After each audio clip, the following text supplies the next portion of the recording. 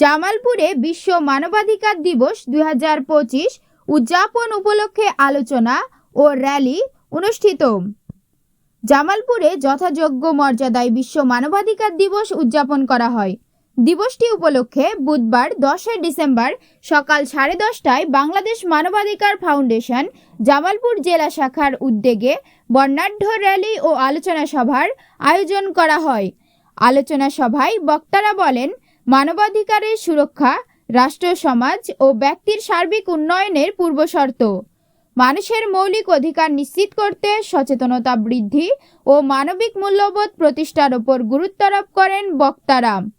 বাংলাদেশ মানবাধিকার ফাউন্ডেশন জামালপুর জেলা শাখার সভাপতি সাংবাদিক শাহ মোহাম্মদ আরিফ হোসেনের সভাপতিত্বে অনুষ্ঠানটি পরিচালনা করেন সাধারণ সম্পাদক মোহাম্মদ তানবীর হোসেন।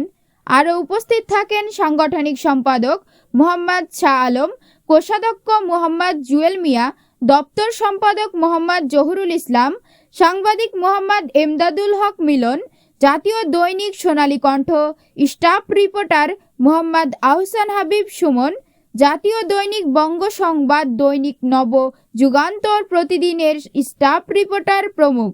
বিশ্ব মানবাধিকার দিবস 2025 উদযাপন অনুষ্ঠান সফল করার লক্ষ্যে বিভিন্ন সামাজিক, সাংস্কৃতিক, শিক্ষক, ডাক্তার, রাজনৈতিক ব্যক্তিবর্গ, সংগঠনের প্রতিনিধি এবং স্থানীয় গণ্যমান্য ব্যক্তিবর্গ ও গণমাধ্যম কর্মীরা উপস্থিত থাকেন।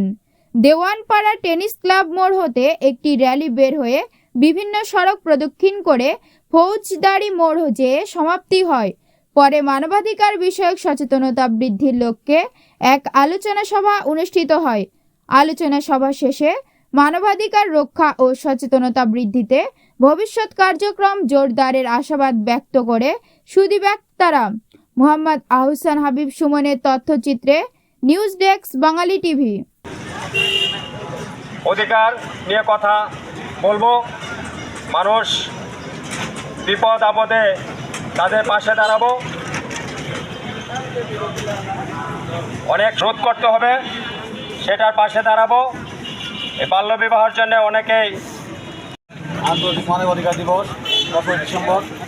আজকে আমরা সরকারি পাশাপাশি বেসরকারিভাবেও আমরা বিভিন্ন পরিকল্পনা গ্রহণ করছি, র্যালি করলাম। ইনশাল্লাহ এরপরে আমরা রক্তদান কর্মসূচি করব। সরকারের পাশাপাশি আমরা সহায়তা হাত বাড়িয়ে দিব, একসঙ্গে কাজ করব। এই বলে আমার বক্তব্য শেষ করছি। আসসালামু আলাইকুম।